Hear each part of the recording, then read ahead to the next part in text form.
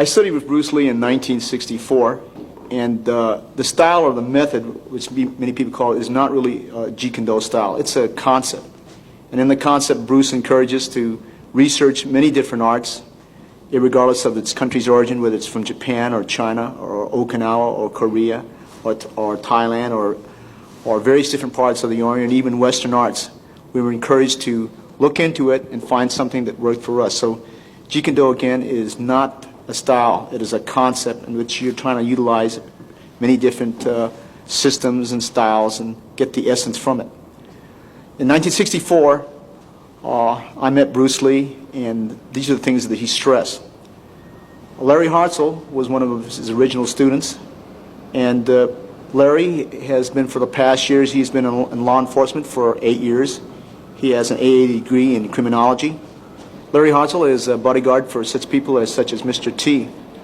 And in recent years, he has developed, becoming a very, very good bodyguard and a security person, being hired by various different celebrities in the Los Angeles and Hollywood area. At this time, I'd like to introduce Larry Hartzell. And as I said, he's an original student of Bruce Lee. He's gone his own way. He's developed the Dumog portion of Kali, the wrestling portion, and he's developed even the Jeet Kune Do grappling and trappling, and putting it into his own system. Originally, Bruce taught us various different trapping methods. For instance, if the punch was to come and we were to trap it, we would come back here and we would lock up. This would be the lock-up positions that we would use. So this is basically, Larry has taken it this way, and he's developed it researching different grappling styles, and he's become sort of like our specialist in the Jeet Kune Do, in the grappling phases of the art.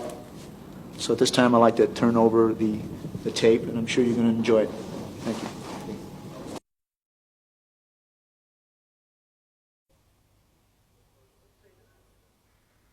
Okay, let's say that I was teaching this person knife fighting, and this drill is foreign to her, and she's never done it. So the first thing I would do is tell her to turn the body like this, put the palm up. Okay, would you turn your body, palm up? Okay, covering the center line, and switching to the other side, palm up. Going to the center line, the arm up top, something like this, okay? And then twist again, palm up. Then I ask her to take a step and go like that, and then do a step on the other side, and then palm up, okay? Like that. Twist again, palm up, okay. Now I'm going to ask her to put the hand here so that she will understand that when she takes that step to her left and twists out, that will give her room. Even without the aid of that hand, if you watch closely here where my knife would be, see, that gives her that much room. Okay, so the important thing in Kali, before we teach the technique, before we teach the disarm, we teach the reflex, because the technique without the reflex is worthless. So this is the very first time she's done this. So let's say that I now thrust it high. Okay, they can go here. She has the option of using this hand, or she has the option of using this hand. So at this point now, for the training drill, her right hand is here. At that time, I go to the opposite side. Notice that where she cuts the line over here, this hand is held in reserve in case she misses. Now when I train, see, we're going to pick this up slowly so that you can see the various different ways. This is the flow drill, okay, and where she has to move, and then she feels me, okay, okay, and turning the body up and down, and switching left and right.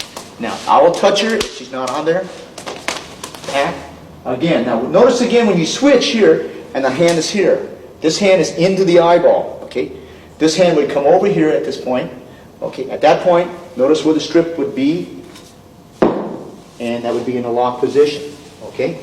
Again, in slow motion, if I came to the high line and switch it to the other side, the hand could be here, and it could be stripped. However, you can return it to the center both at the low line and at the high line. The return to the center is identical to the knife drill that you had. Notice where she would return it in here, stepping on my toes so I couldn't run away, and injecting it out here. The best thing to do against a knife is to have an equalizer. Throw dirt, pick up a picture frame, run fast, at least have an aerobic program, so that you at least, now notice the high line. Okay? The thrust is here, stripped off the body, and you can go into the throw. Okay? These are important to do because when the reaction time comes, before you learn that technique again, the slow motion. See? Again, look closely. Okay, slow motion. Notice where the hit is because they push the person back. Okay? The hand will be delivered in here, At this point, you can thrust it, but you probably go to jail, so put it here and strip it out. That's the important thing, okay? All right? So we start the drill again. We start the thrust, this program in the beginning stages again, going like this, flipping, turning the body. And for the purpose of training, always thrust it as far as you can thrust it, see? When this thrust comes up here, you're going to try to slash that person, so that hand has to come out here. I'm going to try to pull here, and so, please don't move yet. I'll try to slash here because I have the hand here. Now when she turns her body, notice what happens to the circle. So that when you move it again, okay, you come out. So your drill both can be delivered with the left hand and with the right hand always. So you're fighting the motion, okay? And you have to learn how to take out the hand. Notice where the hand would be. Now the strip will be on the top, see? And that would be the lock position, okay? So it's important at this stage to get the reflex before you get the technique. Okay, at this time I'd like to explain how the Filipino art comes about, okay? Everything from ancient times, the weapon is always taught. So if there was a slash position, we learn the dagger first to insert. Okay, slow motion again. 2. Or slow motion again. 1, 2. Okay? When you do it empty hands, you attack either the brachial nerve or the ulnar nerve. Okay? So when you hit it, there is a shot into the eyeball, and you have destructed the ulnar nerve, which is your crazy bone or the brachial nerve, and then hit is hit, and usually the first series we teach is the elbow and the knee. Once we accomplish that, we take it to this side, again in slow motion, eye poke, back fist, elbow to the face or elbow to the deltoid, turning around and hit. Okay. Notice that this was for the lead hand. Sometimes, when the punch comes from the rear hand, you use it from that side. The same position is used, but usually you plant the foot in this manner over here. Okay? Okay, repeat again. For the rear hand, you just move it out. Okay? Sometimes the elbow is used this way. The elbow comes up, the knee, and plant. And you can foot sweep this if you so desire, or go into various takedowns. Okay? And it should be done left and right. Okay? A lot of the techniques they use in the Kali is taken from, as I said before, the knife. For an example, if a kick was to be delivered to my head, let her put the foot up here so you can see it. Okay? The knife would actually slash at that time. In slow motion again, slash. Okay. When you don't have the use of the knife, the elbow is used, and we dig into the calf muscle nerve like this. And it is like saluting a person like that. Okay? If you put it this way, you will hurt your own elbow. Okay? But if you angle it this way, it's here, and it gives a little kind of an elevator effect. Okay? All right. Again, a lot of our techniques, as I said before, the knife. So if she were to kick here, see, that would be the first one. Notice how I hook the leg across here, and this is struck, this is kick, this is here, and then the knife is shot in. Okay? If you have no knife, that is the kick. Okay? Notice again, they lift up, destroying the nerve here, or kicking, okay, to the groin, and at the same time to the opposite leg, okay? So the drill would be, if they kick to that side, we lift the knee up, destroy, lift the knee up, destroy, lift the knee up. Very typical, that typifies the Kali system in the Filipino martial art. That's the first motion that they teach, okay? Now, when the kick is here, it can be delivered with your left knee, which gives you the side kick here, okay? So this motion is here, see? If on that side, you can use your reverse knee, which comes over here. When your reverse knee is used, see, the side kick is delivered here. Okay? This is very important because the destruction is very important. Okay, when the side kick is delivered in this section, the knee is delivered again, see, like that, slow motion. Or the elbow is used down, sometimes exposing this, giving it so the knee, elbow come down, or the knee can be used up. Okay? You can destroy kicking the thigh. But we never passively, when the kick is done, go like that and jump back. All right? Many times we do deliver here, if the kick is here, automatically, because the knee is destroyed here. This is very typical of Kali and Penjak Silat in the art. The arts of Malaysia, Indonesia, and of the Philippines, they have a lot of common. Silat is practiced in southern Thailand. It is practiced in Malaysia, in Singapore, and in the Philippines. The Philippines at one time was called Maralikas. Okay? But the name is different. When you call it, in the Philippines they refer to it as Kung Tao Silat. They're mixing the art of Kung Tao, which is probably a Chinese extraction mixed in with the Silat. That's taught in the southern Philippines. So we say Silat. Okay? In Malaysia, it is known as Bersat Silat. And in Indonesia, it is called Pencak Silat.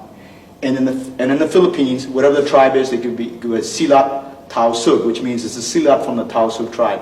Or Silat from Maguindanao. Or Silat from Maranao, which these are the tribes in which the Silat comes from. But basically, the Silat is practiced in the southern section of the Philippines and to a certain degree in the central part.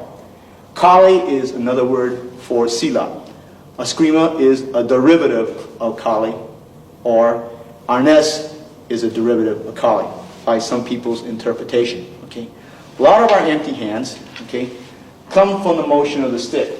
As I was saying before, your basic hand motion, I'm just going to go slow here, because this is a stick exercise, see? But the sound of the stick, two things are hit. One hit would be the knuckle, and then the head, and you pound, see? This is what we call higut, meaning to tie, hubad, meaning to untie, and rubad, meaning to blend with your opponent. Okay? And we can go backhand to backhand, and then move out. Okay?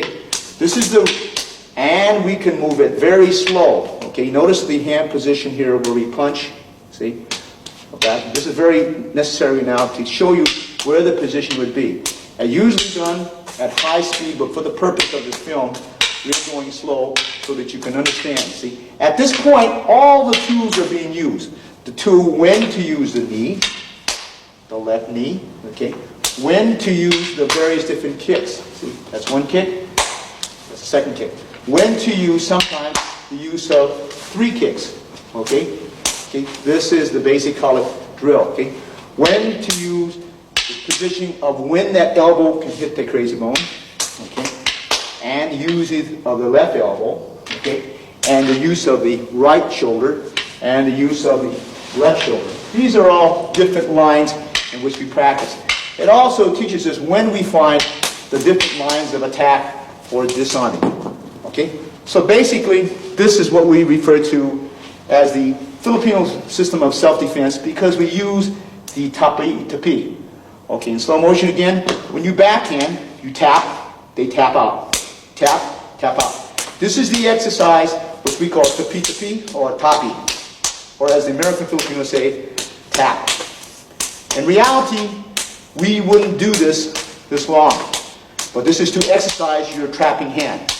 Okay? Notice that when she hits with the puño, okay, she can trap on the inside of the hand. She can trap on the outside of the hand. Okay? So it is when she holds the dagger exercise in slow motion again, tapping exercise would be like that. Inside or outside the trap would be. Okay, but in reality she would trap and stick. Okay? Over here she might come up here and grab and hit. Okay?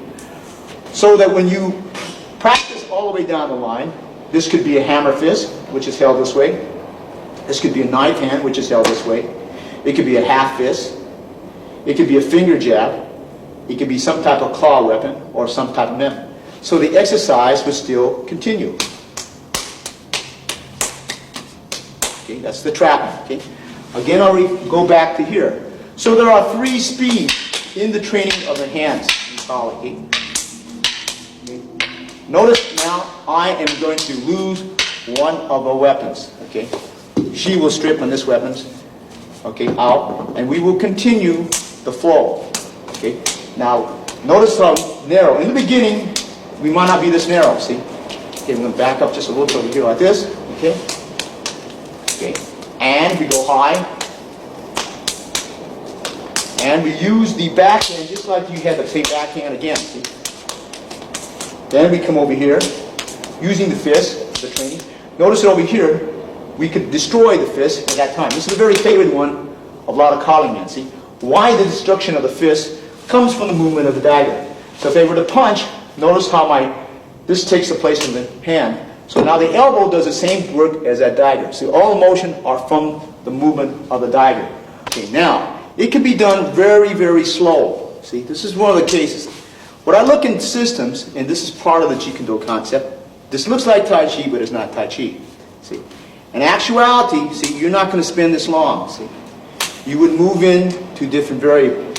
See, this is one of the tactics that you might use, okay, to get into so that you sweep the foot, okay. In reality, when they punch, it would be one motion, and that you would be in, okay.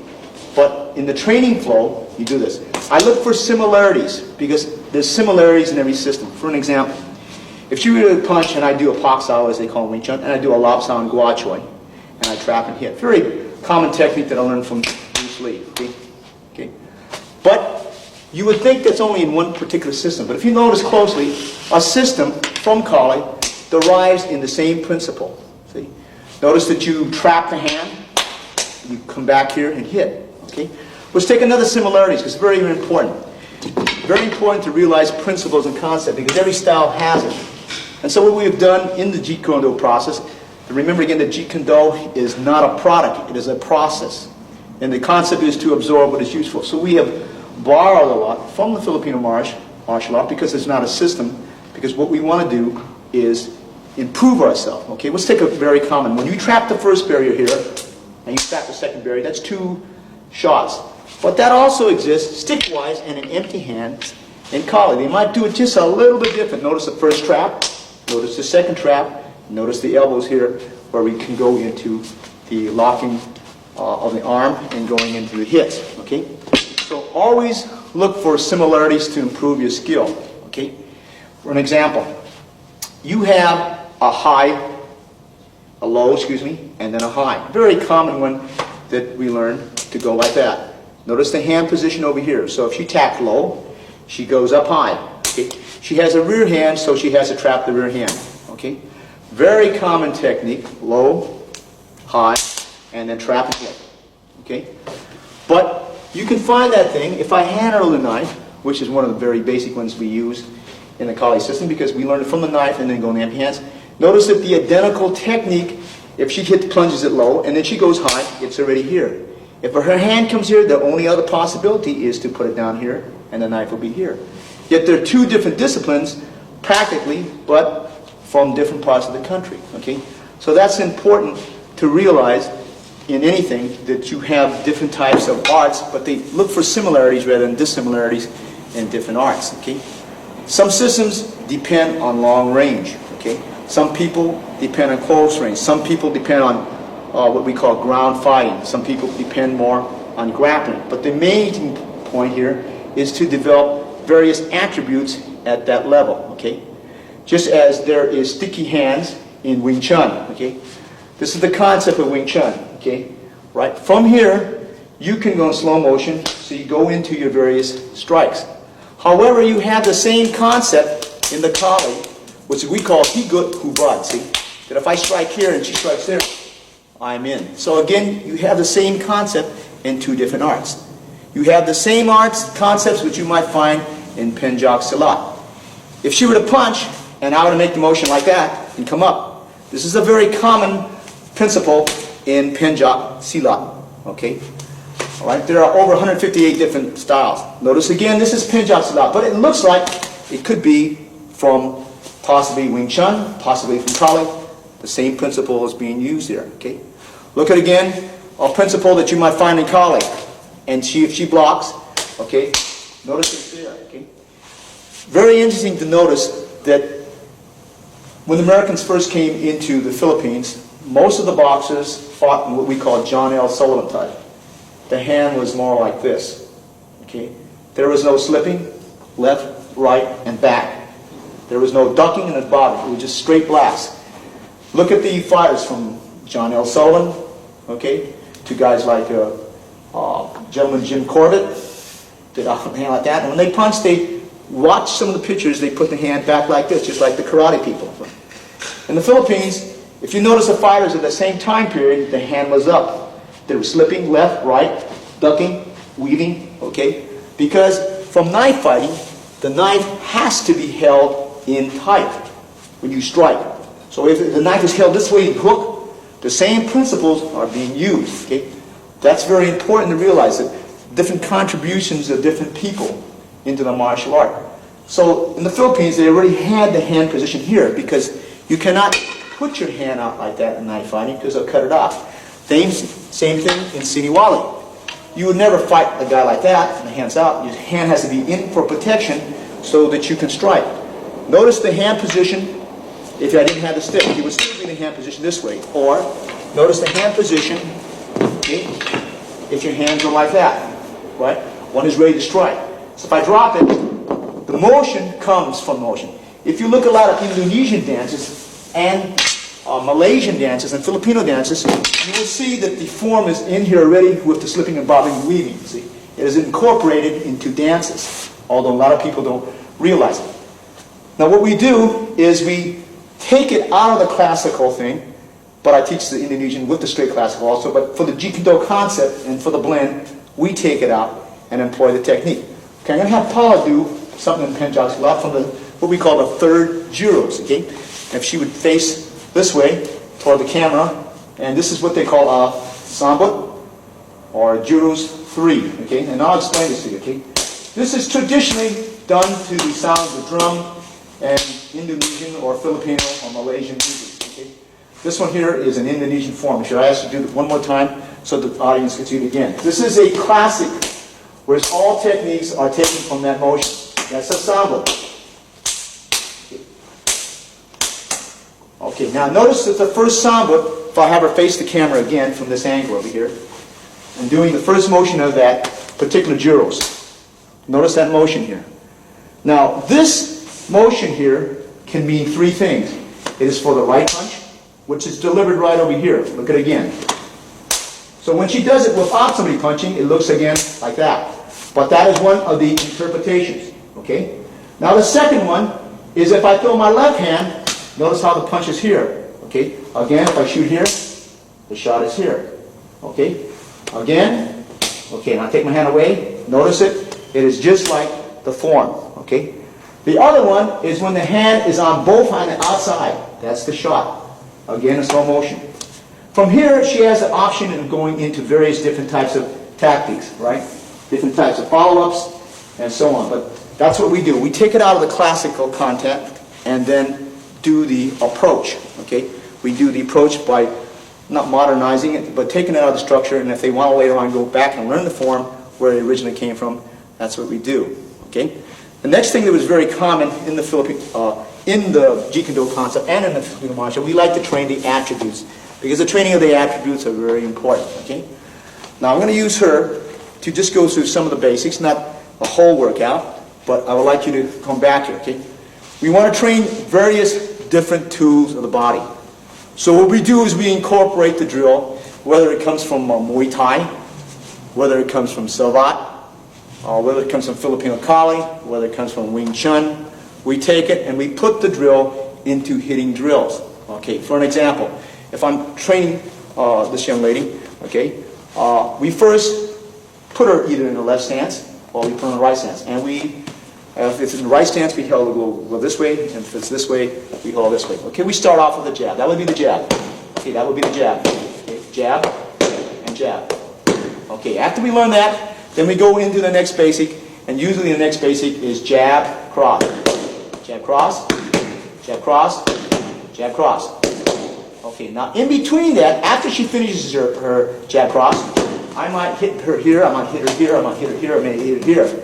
Okay, I might throw and then ask her to do jab, cross.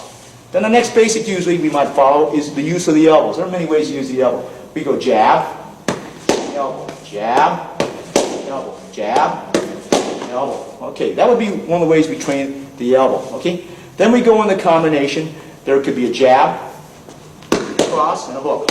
Okay, a jab, cross, hook, jab, cross, hook. Okay, then we have what we refer to as a jab, cross, and a body hook. Okay, jab, cross, and body hook, and a jab, cross, and body hook. Okay, then we have the next drill is a jab, cross, and uppercut. See, jab, cross, and uppercut, jab, cross, and uppercut.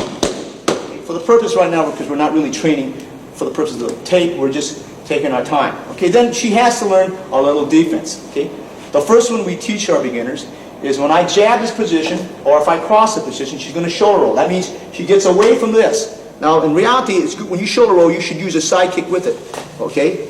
But for training the hands, simply, we shoulder roll, and then we cross, cross. Look at it again in slow motion.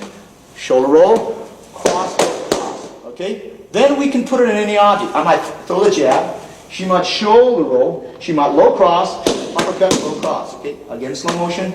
Shoulder roll, cross, cross. Okay? At this time, we want to learn evasive motion. So we go what we refer to as the bob and weave.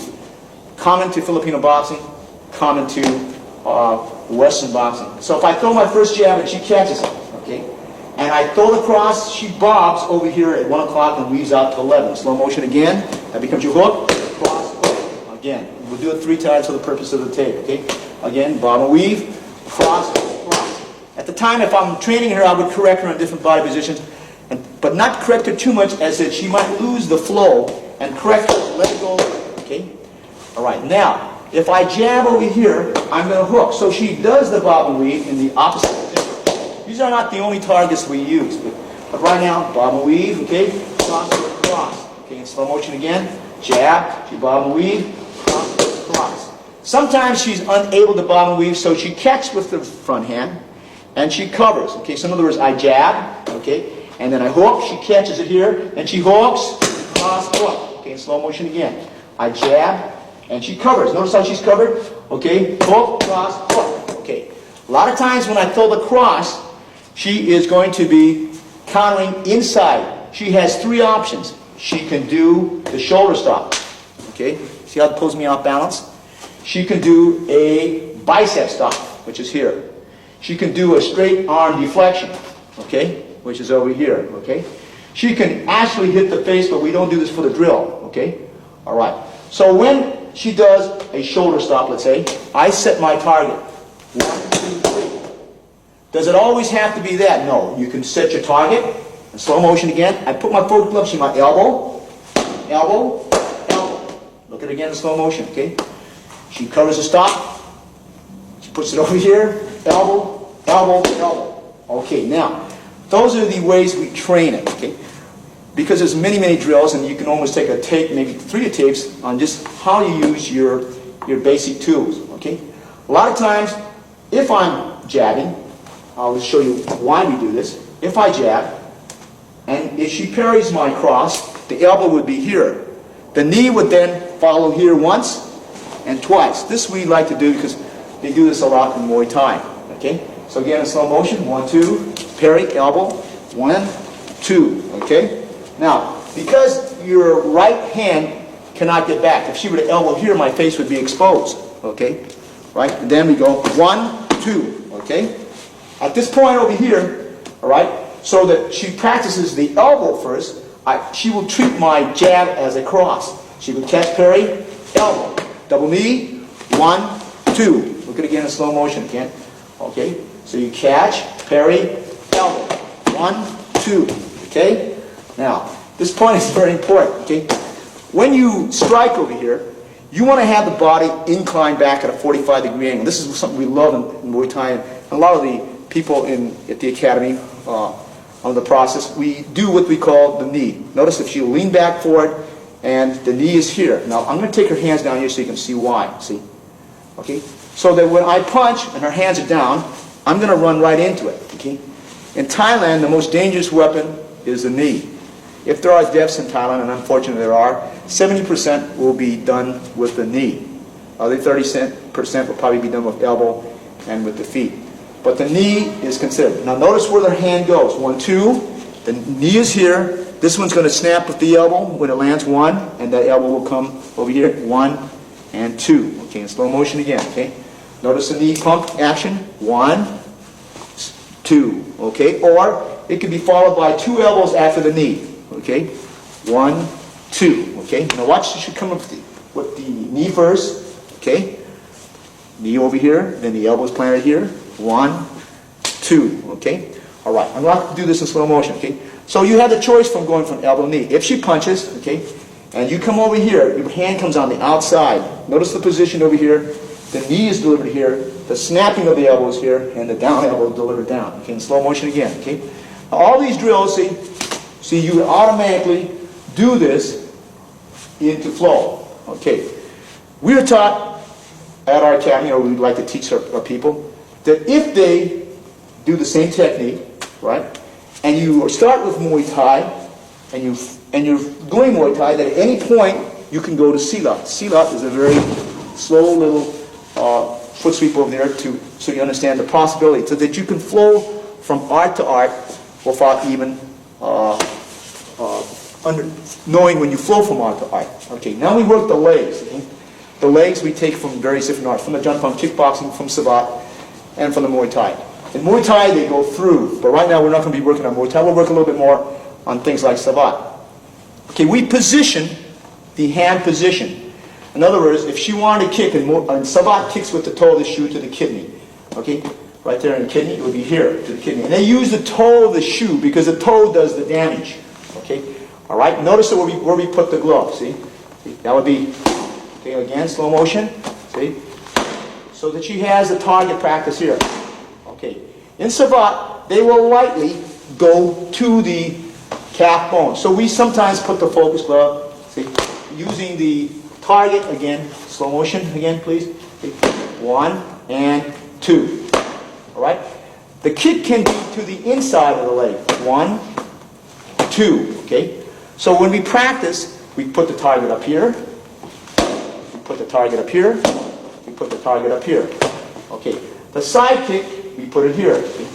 All right. Again, side kick at various different levels and very different levels. Okay. Any kick can be used with the focus glove. You can use the straight kick. Okay. This way. Okay. All right. Using the instep. Okay, again, slow again. Okay, you can use the ball of the foot down. Okay, and you can use the toe of the shoe as the toe of the shoe is good. All the time, your trainer will be hitting you, possibly even kicking you, okay, and then setting the target.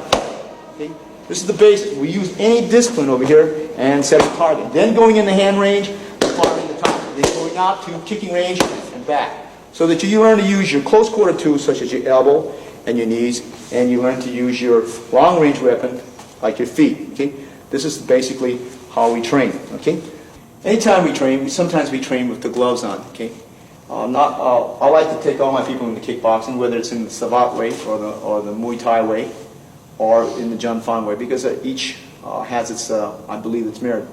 And a good kickboxing method would be Bondo, which is taught in the United States. Okay, now you notice that I was using focus left that time, but you see, in Savat, they have an unusual way of training. See, like when they tear the target here, notice where my target is, see? See the target? And the first thing is called assault. That means light touch. Everything she does is light touch. If my glove is not there, she just touches lightly like that. You see what she does? Very lightly. See, just like that, see? Okay, notice that now, in Savat, they use the toe, and it goes into the kidney, see? Bang, see? All right, now, when you do that, see, this is the way they train. Notice it's the same concept the Bruce had with the focus glove. The only thing the Savat people now use the glove itself. Okay. Okay. Notice that sometimes she will kick to this side here with her foot. Okay. Again, kicking here, kicking here, kicking here. Okay. All right. So sometimes she kicks low to my left. Okay. I set my target and she kicks high. Notice that Savat moves left and right. Again, we go here once, back, and here twice. Now, I'll ask her to reverse that. She kicks high first here, okay? Steps out to that side, and kicks low here, okay? Again, she steps out here, 1, and then 2. All right, now, the drills are similar to anything, okay? Let's say the first one we teach, even under Bruce, was, and even in college, the first one, she learns to jab, see? I learned to catch, okay? I learned to catch, okay? I learned to catch, okay? That's the catch. Now, when the punch comes again, I learned to parry it to the left. See, that's the parry to the opposite side. Going in this direction, over here, okay? All right? Then, we learn to parry from here. See the hand? Just the hand, because we're going to fire that hand here, fire that hand here, fire that hand here. Now, when she parries to the front, in the beginning we teach to catch. But when we catch, I learn to catch and fire back. In slow motion, 1, 2, slow motion, 1, 2. Okay? For the purpose of the camera, we'll turn around in this angle again. So when we jab, you jab, and I catch. Okay? This is a very basic one, even before you start the spar. See, 1, 2. Now, later on, she throws a jab, she throws a cross, and you come in. Slow motion, 1, 2. Notice where the hit would be. 1, 2 is in the face. 1, 2 in the face. 1, 2 in the face. The other way now, She catches over here, and she throws across. Notice where my hand position would be. Okay, slow motion. 1, 2. For the purpose, I'll hit to the gut. 1, 2. Purpose, hit the gut again. 1, 2. This is the way we train. Rather than take it from a set, we do this. Okay? And from here, again, very common one they use in Kali is they go here. See? Notice that I'm hitting the bicep every time she hits with the cross. 1, 2. And automatically, if you're using the elbow, your foot will be up. Okay, now, at this point over here, you are educating both hands. Let me show you something very different between Western boxing and Filipino boxing. In Western boxing, the minute they jab, a lot of times, and if they don't bob and weave, and they throw this hook here, they cover like this, okay? Many of them just put the ear here, okay? Now notice the difference. That's the first difference. Notice how we monitor that other hand. Notice that when she hooks, notice where the elbow would have reached. It would have hit the face at that point. That is one of the very basics that they do in Filipino boxing. They monitor this hand. That hit is right here on the bicep here. So you have this one that goes to the bicep. You have this one here, slow it down a little bit. We go to the rib cage. And we have this one over here that goes to the face. We also, at rare occasions, when they jab and they hook the front hand, go over the bicep here. And I'm covered here, see? And that elbow is here, which gives the elbow here, which gives the elbow over here. So this is some of the things that they do. The last two elbows were from Muay Thai. Muay Thai has something good in the elbow because they always cover the head like this. Kali puts their hand here, which I prefer to use in Muay Thai fashion because it covers the head. So if she elbows me here, she's going to cover her head, see? I cover my head, okay? She covers her head, okay? Okay, another useful drill that you have, whether in kickboxing or in the street, is your shoulder roll. When you shoulder roll, and she crosses the first one, I'm going to move my cross back, shoulder roll, shoulder roll, shoulder roll, shoulder roll, shoulder. Notice my catch is with my rear hand. However, it can be with my front hand, see? Then you learn to time the motion because you might go in and then go out here, strike up and over, and go into various different combinations, okay? All right, so this is basically the way we train them at the gym. To get a combination of, we like to, if she throws a 1-2, okay, and then she round kicks to my side. Okay, so I might train like that, 1-2 from here, bang. That's savat. Look closely at the difference between savat. When they shoot this here, the classic position, they hold the hand out here. A lot of people now in savat now are going like this. As Muay Thai, when they throw the 1-2, they use the whole shin. The whole body is turned and lifted into this motion. Now let's look at the difference between similarities, which we can go on to. Okay? The basic difference in that same technique, again comparing the three arts. Okay? In savat, if you throw the 1-2, they keep the distance and they use the point of the shoe going like that. In Muay Thai, they want to get as close as you can to deliver the shin into the thigh, but they both do pretty good damage when you hit. Okay? Now in Kali, they will do the same thing. And like Punjab, once they kick, they stay. Because this is important. Notice to the body, notice the foot. I'm going to do this very slowly, okay? So that you get the basic idea, okay? Okay, let me explain again the Jeet Kune Do concept. First of all, Jeet Kune Do is not a style. It is not a product. It is a process in which we use different disciplines, whether it comes from Muay Thai or whether it comes from Savat or Kali. If we have distance and if we have a weapon, we use weaponry, okay? Because that is your greatest advantage, okay? Okay. Now, if you don't have a weapon, at different ranges, you can go from art to art. Out here, I could be kicking any system, northern system, southern system, Muay Thai, any position that you want, okay? You can do anything. That's kicking range. So whether you use Bando, Burmese boxing, or whether you use Muay Thai, or whether you use Savat, it doesn't matter. Okay, let's say that this person is standing here. At this point, for purpose of illustration, I might use what they call the sachet, okay, that they use in Savat, which is like that, see?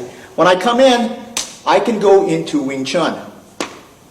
At that point, I might flow into Western boxing, okay? At another point, I might go into a lock similar that you might use in Jiu-Jitsu, and for the purpose of camera, I'll take the person down like this and lock the person here, and maybe go into any system that employs this type of lock, whether it be Jiu-Jitsu or Aikido or Kali or Penjak Silat. Now you notice that we went from system to system without a flow. Okay? I might stay out here use any particular kick, break into Wing Chun range, and right from here, use a Muay Thai elbow, all right? And for the purpose of the camera, I'm going to go slow and come into various lock position over here, okay? This is what we call the Jeet Kune Do blend. It is not a system where we go from discipline to discipline without a thought process. And this is very important.